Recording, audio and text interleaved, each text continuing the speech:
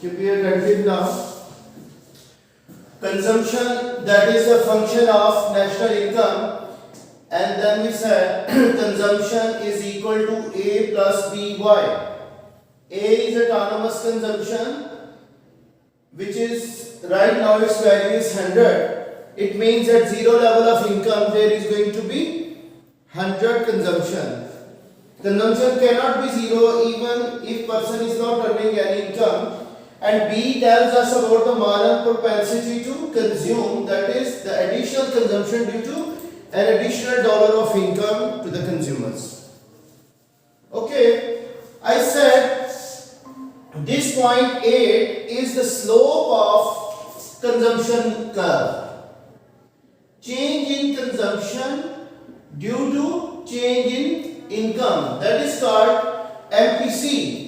If value of MPC is going to increase, then consumption curve will become steeper and equilibrium level of income can rise as well.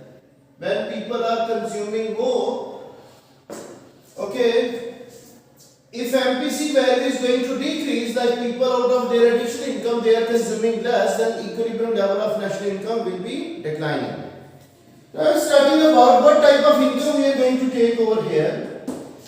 Is it the nominal income, disposable income? So right now there are no taxes which are collected out of this income by the government. So it is the gross income whatever the consumers are earning without taxes. So when government is taking taxes out of the incomes of the consumers, then it will become the disposable income. So consumption can be the function of disposable income. And disposable income is that which is left over after paying taxes to the government and some other deductions like insurance, like other types of obligations on the employees which they have to pay, like provident fund and some loans if they have taken, if they have borrowed some loans. So whatever is left over, now it is ready for consumption, that is called disposable income. Right now we say if consumption is function of disposable income, then it will become 100 plus 0.8 1 minus t into y. Now this is the amount of the tax rate which is collected by the government out of the income. Now this induced consumption will depend upon the disposable income, how much income is left over after paying taxes, and then consumers they will be spending it on consumption. So look here, this tax 1 minus t, that is affecting the slope of the consumption curve. When tax is imposed on the income of the consumers, this consumption line will become flatter. Now instead of consuming at YE1, now consumers will consume at YE2 because some part of income that is taken in the form of taxes by the government. So keep it in mind, when taxes are the percentage of income, either they are progressive or proportional, then there will be a pivotal shift or rotational shift of the consumption curve. There is not going to be parallel shift of the consumption curve, but there will be a pivotal shift due to increase in taxes in the incomes of the consumers. Then the disposable income will be less than the gross income, and ultimately the induced consumption will also decrease. That's why we are going to have a downward rotation of the consumption curve. And whenever the value of A is going to change, there will be shift of the consumption curve, and whenever there is going to be a change in the slope of the consumption curve, then it will have a rotation. Okay. Now MPC value has decreased while some part of income is taken by the government in the form of taxes. Now in which case this consumption curve will be shifting up or down? What are those factors which can cause a shift of this consumption curve in the economy? Okay, there are some other types of incomes, like we say consumption can be the function of absolute income. This is called absolute income hypothesis, that during the lifetime of the consumers at the early stage of their careers, they are able to earn less income, and then they reach to the peak level of their income, and then at the end, during their old age, they become the pensioner. So, consumption pattern depends upon the life cycle hypothesis, like as the income is changing over the life of the consumers, their consumption pattern is also changing. And some of the economists, they say this consumption is also dependent upon permanent income. What is meant by temporary income and permanent income? Temporary income means if we are able to earn some sort of uncertain income and we don't know whether this change in income is permanent or temporary. If the change in income is permanent, then definitely the consumer will be setting the consumption pattern according to that permanent change in income. And if the change in income is temporary, like in 1 month one person is able to earn 100,000 extra of his income rather than whatever he was earning in the previous one, so he cannot increase his consumption pattern until unless he realizes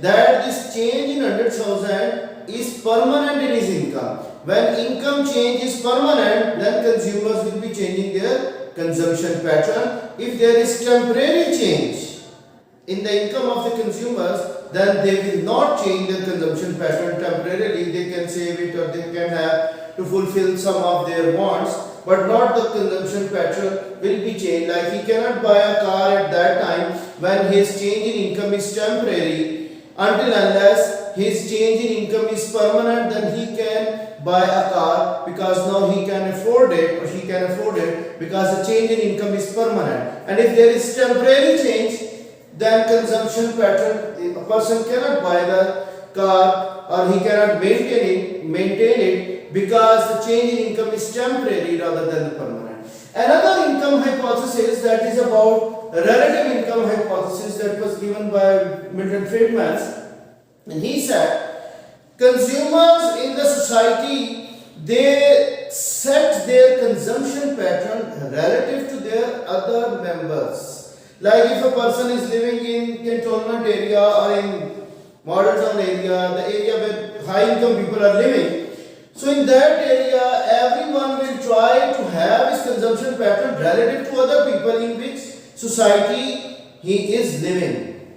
Okay, so that is called relative income hypothesis. So that tells us consumption is not only the function of the disposable income, it is not only the absolute income, how consumption patterns are set, they can be the permanent change in income or relative incomes. They are going to suggest how consumption pattern will be set. Once a person attained a level of consumption pattern, even his income level goes down, he does not come back to the previous level of consumption. That is called a ratchet effect, which is not going to be part of our syllabus, but for the sake of your knowledge, I say, suppose a person is maintaining a Honda City car right now, he is having the income pattern. Previously he was maintaining a motorbike. Now he is able to earn more income, so he is maintaining a Honda car. And later on in future, when his income level goes down, do you think he will come back to a bike again? No. He can buy a smaller car, Mehran, Suzuki Mehran or Alto, but he cannot come back to the previous level of consumption pattern like a motorbike. So that is called, when income decreases, they do not go back to their previous pattern of consumption, rather they keep themselves up from the previous level of their consumption. That is relative income hypothesis. So now we say, what are the other things which can affect the consumption of consumers? This is again aggregate supply line, which is aggregate expenditure. This is C line, consumption curve. Here we are taking consumption and income. So prices are considered to be constant over here, that the general price level is not changing. So suppose when prices are going to decrease, what will happen to this consumption pattern? We see when prices are falling, this will be having an upward shift, a parallel upward shift of the consumption curve. Consumers will be buying more. Now prices are falling, so consumption will increase. So what happens in the lower diagram? Here I am taking real GDP and here I am taking price level. When price level was P1, this was the consumption point Y1. This is Y1. And when prices decrease to Y2, now consumers are consuming at this level. This is again a point, this is Y2. If we join these 2 points, this is called what? We have derived aggregate demand out of this upper diagram. This is Y2. When prices are falling, what happens? Consumption curve will shift upwards. At lower price level, consumers will be buying more goods and services. So we have derived, this is the magic of this diagram, that we are able to derive aggregate demand out of the upper diagram. When prices are falling, consumers will be buying more goods and services. So this shows us the aggregate demand, which is also downward sloping. This is aggregate expenditure. Now we also say this is aggregate demand, which is divided into different components. Okay, how to derive aggregate demand from this upper diagram? When prices are falling, consumption will shift upward. At P1, this was the Y1 level of output, national output, which was demanded by the households. And now when price level falls, consumption will shift upward. This is another equilibrium point where more number of goods and services are demanded. If we join these 2 points, we get what? The aggregate demand, which is downward sloping, which shows us the inverse relationship between general price level and real GDP over here. We are taking the GDP of real GDP. So that tells us the aggregate demand curve is downward sloping, and how to derive it from this upper diagram where prices are not given, they are kept constant. And if we take over here, what happens? What happens to this diagram if rate of interest goes down? This is another thing. If rate of interest goes down, what happens? Now see, again consumption will increase because people will not be saving too much part of their income, they will rather spend it. They will borrow more money to spend. So when interest rate falls, again consumption curve will shift upward. And if we take over here rate of interest, okay, David, that is not part of your syllabus, I don't want to show it. Investment saving curve, that's another thing. IS curve, that is not part of our syllabus right now. So when rate of interest goes down, again consumption will shift upward because people are not going to save too much. They will be spending more income on consumption of the goods and services. Therefore, when prices fall, rate of interest falls, consumption will shift upward. Another thing which is called wealth. When wealth of the people is increasing, they are having more stock of their earnings. So definitely their consumption pattern that will be increasing due to increase in the wealth of the consumers. Okay, that is another factor which is going to have an increase in consumption. And then we can also see the population size of the country, which can also affect the consumption of the people over the period of time. Then consumption will be increasing due to increasing the population size. What else can affect the consumption? Now how consumption can shift downward? I said it earlier, whenever there is increase in tax rate, when taxes are increasing, what happens? Then people will not be consuming too much, then there will be pivotal shift, then there will be a downward rotation of the consumption curve. And whenever we find that the lump sum taxes they have increased, definitely some part of income that is taken in the form of percent, not in the form of percentage, but the lump sum amount is taken, again the consumption curve will shift downward. But in that case, there will be a parallel downward shift because now it is not the part of the percentage of the income, but it is the lump sum part of the income which is taken as a tax. Then we can have a downward shift in the parallel form. Okay, what else can cause a downward shift? If we reverse them, like rate of interest is going to rise on savings, then definitely consumers, they will not be spending more part of their income on consumption pattern, rather they will start saving, and then consumption will shift downward, and when prices are going to increase, or it is expected that in future prices will fall, and right now the prices are high, so at present time people will decrease their consumption, and in future when prices will fall they will be increasing their consumption after a month or maybe. So you can see there are different patterns which can there are different variables which were kept constant, and now if they are going to change, there will be a change in or the shift in the consumer's consumption pattern. This is about consumption. Yesterday we started from this equation, and today we have derived the aggregate demand out of it, and we have also shifted the consumption function. Keep it in mind, when consumption curve shifts upward, there will be change in the value of age. Right now it is 100, it can be 200, 300 and 400. Then it will shift up and down, upward. And if its value of A is going to decrease, then this consumption curve will be shifting downward. So, do you think when employment factors like employment in the country that increases due to more government spending, then definitely consumption will be again increasing, it will be having an upward shift. And whenever unemployment is increasing, definitely consumption will shift downward because people are not having enough income to spend. Okay, this is all about our consumption lesson. We started it yesterday, and today it is going to have a completion. Now the next part or the next component of aggregate expenditure, that is investment. What do you mean by investment? Another component of, like I said, this is now investment. We said aggregate expenditure is equal to C plus I plus D plus net exports. We completed consumption, and now we are saying about investment. So investment is what? Creation of new capital goods which will further produce output. That is called investment. So investment means when producers are spending their money in order to buy the capital goods or to produce more goods and services which are demanded by the consumers, that is called investment. Okay.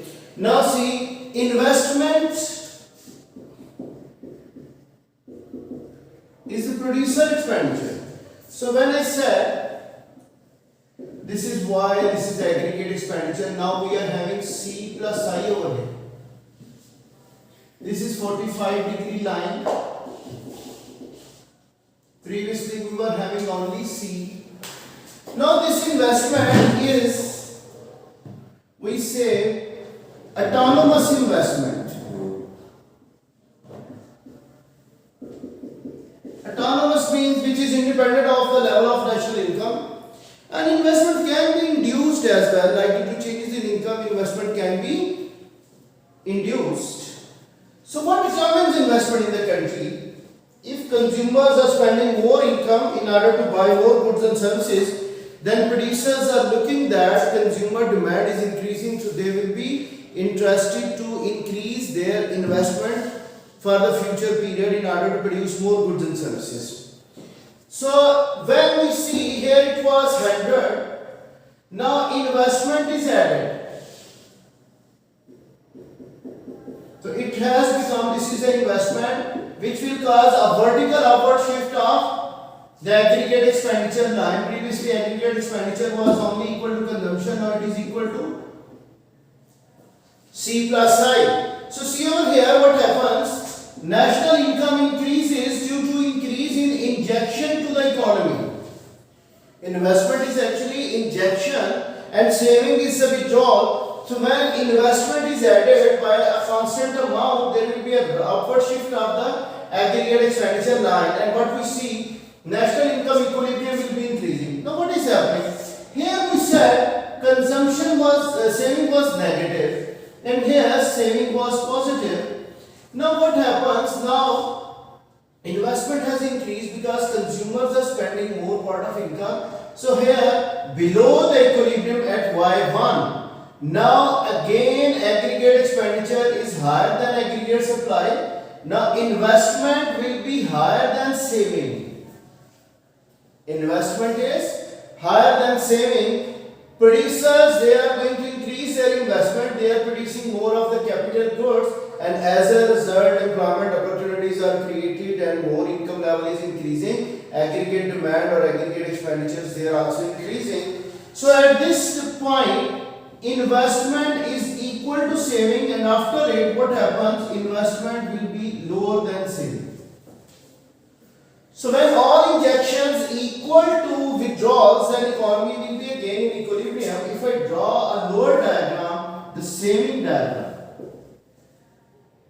this is a withdrawal diagram. I can take over here the rupees. Here we said saving is 0. This is the saving curve, which is a mirror image of the consumption curve. Now when investment is added, income level from Y1 to Y2, it is increased. This is called what? Investment. So this is the injection line actually. This is the withdrawal line. So see over here, when investment is added, after Y1, investment was higher than saving. So national income is increasing and injection is higher. Here investment is equal to saving.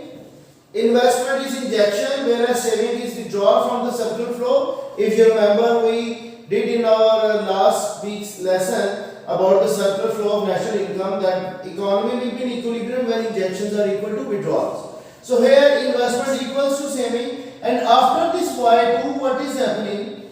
Saving will be higher than investment. When people are saving more, national income will converge back and we will have again fall in income. So when economy will be in equilibrium, its injection will be equal to withdrawal, or investment should be equal to saving. So when aggregate expenditure line that shifts upward due to inclusion of more investment items in the circular flow, so national income will start increasing because an injection is added. And in the lower diagram we are going to analyze what will be the level of national income where saving will equal to investment, or again we find at this point from E1 to E2 aggregate expenditures are equal to aggregate supply, and economy will be in equilibrium point where aggregate expenditures, the planned expenditures, they are equal to planned income, and actual expenditures, they are also equal to the actual income. So we say their economy will be in equilibrium. Now what will be the determinants of investment in the economy? This is the main point. Investment can be determined by different factors like the rate of interest. When interest rate on loans on borrowed money it goes down, then investment will be increasing. So investment can be determined by the rate of interest or corporate taxes. When corporate taxes are going to decline by the government is announcing an investment policy that they are going to reduce their corporate taxes. So definitely investors will be encouraged to invest in that economy. Corporation taxes, when they are falling, the profit of the corporate sector that will be increasing, they will be investing more. Or there are the tax holidays, 5 years tax holidays can encourage investors to increase investment. Another factor, there are different types of investments, I will be explaining them tomorrow, like gross investment, net investment, residential investment, induced investment, and autonomous investment. These are all the types of investments, and then we say if these investments are increasing, what is meant by induced investment? Induced investment that depends upon the level of national income. Now see, this part of investment, this is called autonomous investment, which is independent of the level of national income. But as we see, this expenditure, this investment is increasing as income is increasing. Movement along this investment line, aggregate expenditure line, when investment is increasing, we say this is called induced investment. It depends upon the level of national income. When consumers they are going to increase their spendings, then definitely producers will also be encouraged to invest more in that country. Okay, I will be explaining them in detail about what determines the level of investment and how national income will be changing due to the changes in investment. That is called multiplier effect. We'll be dealing them in details. Okay, so this is all about today investment we started, and tomorrow we will be doing a very important thing which mostly comes into your exams.